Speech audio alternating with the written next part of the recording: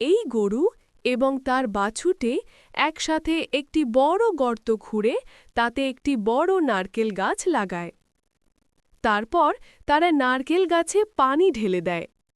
ধীরে ধীরে নারকেল গাছ বড় হয়ে ওঠে। তারপর গরু ও তার বাছুরটি নারকেল গাছের নিচে বসে আনন্দ উপভোগ করে। কিন্তু একদিন একটি চালাক বানর কোথা থেকে যেন এসে গাছের সব নারকেল কেটে ফেলে। দুঃখিত গরু এটি দেখে কাঁদতে শুরু করে। তারপর বানরকে তাড়াতে গরু এগিয়ে আসে, কিন্তু বানর গরুর উপর আক্রমণ করে। ফলে গরু আহত হয়ে মাটিতে পড়ে যায়। মুন্না এটি দেখে কাঁদতে থাকে এবং পুলিশকে ডাক দেয়। পুলিশ আসে। মুন্না পুলিশকে সব ঘটনা বর্ণনা করে। পুলিশ মুন্নার কথায় বিশ্বাস করে এবং সেই চালাক বানরটিকে সঙ্গে নিয়ে যায়। তুমি কি এখনো মুন্নাকে সাবস্ক্রাইব করনি?